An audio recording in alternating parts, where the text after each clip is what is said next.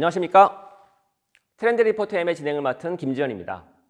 전통산업에서 수십 년 넘게 사업을 영위해온 기업은 이 디지털의 공습에 큰 위기를 맞이하고 있습니다. 반면 인터넷 기업들은 매년 다양한 사업 도메인을 넘나들면서 디지털 기술 기반으로 사업 혁신을 하면서 공격적 행보를 이어가고 있죠. 이런 도전은 위기 속에서 더 빛을 발휘하면서 고스란히 주가에 반영되고 있습니다.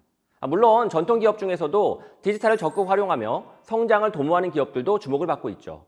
전통 산업에서 이제 디지털 트랜스포메이션은 성장 이전의 생존을 위한 숙명이 되었습니다. 2010년 스마트폰의 등장과 함께 새로운 비즈니스의 역사를 쓴 다양한 분야 중에 하나가 바로 배달 시장입니다. 코로나19와 함께 음식 배달은 더욱 시장 규모가 커진 대표적인 팬데믹 수혜주 중에 하나죠. 그 중심에 있는 기업이 바로 배달의 민족입니다. 배달의 민족은 기존의 상가 수첩으로 주변 음식점을 찾고 전화를 걸어 음식을 주문하던 경험을 변화시켰습니다. 공정거래위원회의 발표 자료에 따르면 국내 배달 음식 시장 규모는 약 20조 원으로 추정되며 이 중 온라인으로 음식을 주문하는 거래액은 2019년 무려 10조 원에 육박합니다. 배달앱은 매년 2배 이상 거래액이 성장하고 있으며 배달의 민족은 약 60%의 점유율을 가지고 있죠. 코로나19는 이 시장을 오히려 더 크게 성장시키고 있습니다. 배달앱이 워낙 편리하기 때문에 인구가 늘은 것도 아니지만 오히려 배달 시장의 규모는 매년 커져가고 있죠. 반면 외식 시장은 줄어들겠죠. 나가서 먹는 것보다 집에서 배달해서 먹는 비중이 늘어나면서 요식업의 비즈니스 구조도 바뀌고 있습니다.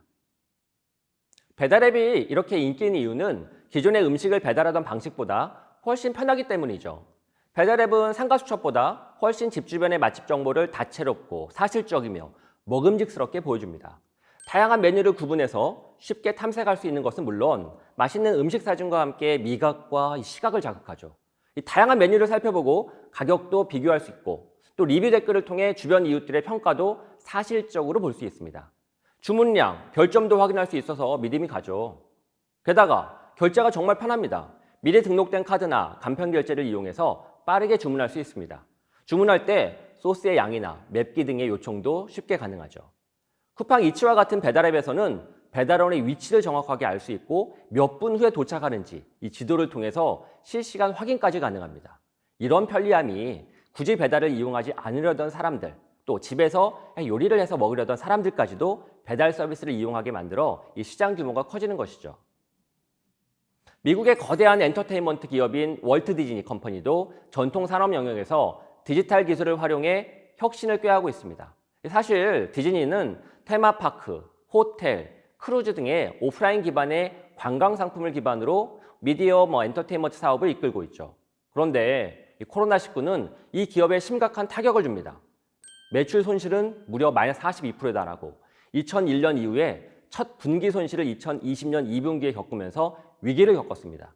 하지만 2019년 11월에 디즈니 플러스라는 온라인 스트리밍 서비스를 제공하면서 오프라인의 손실을 부분 만회할 수 있었죠.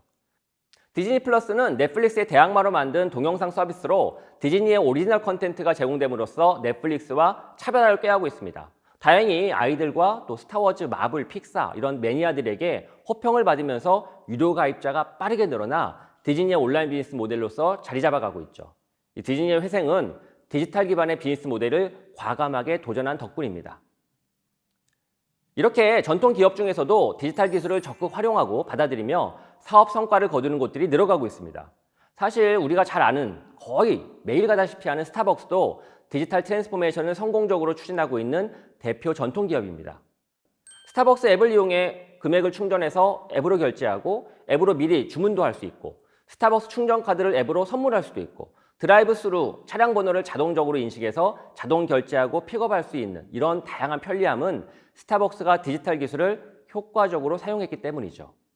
게다가 스타벅스 앱을 통해서 이 수집한 고객이 즐겨 마시는 음료, 또 자주 가는 매장에 대한 정보를 기초로 상품도 기획하고 마케팅하는 이 데이터 비즈니스, 이 또한 고도의 데이터 분석 기술이 있어야 구현 가능한 것입니다. 그 외에도 지멘스, 엔비디아 등의 제조업체와 또 아디다스, 나이키 이런 회사들도 AI, 빅데이터 관련된 스타트업들을 인수하고 투자하면서 새로운 개념의 솔루션과 또 사업, 상품, 마케팅, 비즈니스 모델을 선보이면서 디지털 트랜스포메이션에 앞장서고 있습니다. 이렇게 디지털 트랜스포메이션을 추진함에 있어 필요로 하는 기술들을 요약하면 A, B, C, D, F, I로 정리할 수 있습니다. A는 AI, B는 블록체인, C는 클라우드, D는 데이터, E는 엣지 컴퓨팅, 5G, IoT. 외우기 쉽죠? 이 중 클라우드와 데이터 그리고 AI는 모든 디지털 기술의 근간이 되는 것이며 그 외의 디지털 기술은 사업 특성과 또 서비스, 비즈니스 디자인에 따라 취사 선택에서 원하는 성과 달성에 활용할 수 있습니다. 정리하면 A, B, C, D, E, F, I 이 7가지의 디지털 기술을 활용해 기업이 4차 산업혁명의 시대에 산업 구조를 재편할 만큼 혁신을 해야만 성장할 수 있고 이와 같은 변화 관리를 디지털 트랜스포메이션이라고 합니다. 4차 산업혁명이 산업 트렌드, 즉 외부의 변화를 말한다면 디지털 트랜스포메이션은 우리 기업 내부의 변화 관리를 뜻하죠. 이 과정에서 기업은 전략이나 조직 구성, 업무의 프로세스 전반을 변화시키고 또한 일하는 문화, 그리고 진정한 비즈니스 모델의 전환까지 이르러야 회사의 운영 시스템과 상품 전반이 바뀌어서 완전한 트랜스포메이션이 가능하죠. 이것에 성공해야만 기업이 혁신했다라고 평가받을 수 있는 것입니다. 그간 ICT 기술은 크게 3번의 변화가 있었고 2020년 이제 4번째 변화를 목전에 두고 있습니다. 첫 번째 변화가 1990년대 개인용 컴퓨터 기반의 PC통신을 통한 온라인 서비스가 등장하면서 이 찻잔 속의 태풍처럼 시작되었죠. 이 시기에 하이텔, 천리안, 그리고 스타트업인 나온이 등의 서비스가 탄생했습니다.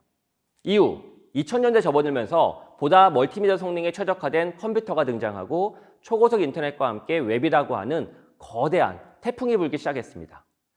컴퓨터를 키보드가 아닌 마우스로 사용하면서 더욱 쉬워지고 보다 많은 사용자들이 컴퓨터를 이용할 수 있게 되면서 웹을 통해 메일과 또 카페, 검색 등의 서비스를 제공하는 네이버, 다음 등 그리고 옥션, 지마켓, 인터파크 이런 쇼핑몰 그리고 아이러브스쿨이나 프리첼 등의 커뮤니티 서비스가 이때 등장했죠. 이들 기업들은 당시 닷컴 열풍을 불러일으키면서 웹 비즈니스라고 하는 새로운 사업 기회를 거머쥐게 됩니다. 이후 3번째 변화가 바로 2010년 스마트폰과 또 4G LTE의 등장과 함께 시작됩니다. 바로 모바일 시대죠. 카카오를 시작으로 배달의 민족, 타다, 그리고 인스타그램과 틱톡, 우버 등의 서비스들이 탄생합니다. 이들 기업이 모바일의 성장과 함께 차세대 인터넷 서비스, 모바일 비즈니스를 견인하게 되죠. 그리고 4번째 변화가 시작되고 있습니다. 바로 2020년 새로운 트렌드가 시작되고 있죠. 보다 많은 기기들이 인터넷에 연결되고 이를 AI가 편리하게 자동 제어하는 그리고 관리하게 되는 인공지능의 시대가 열리고 있습니다. 이제 인터넷 기업, 스타트업뿐만 아니라 기존 전통 기업에서도 AI를 기본으로 다양한 디지털 기술을 활용해서 사업을 확장하고 다변화하며 혁신하는 것이 필수가 되었습니다. 그렇게 하는 기업은 성장의 기회를 얻고 그렇지 못하는 기업들은 점차 도태되어 갈 것입니다.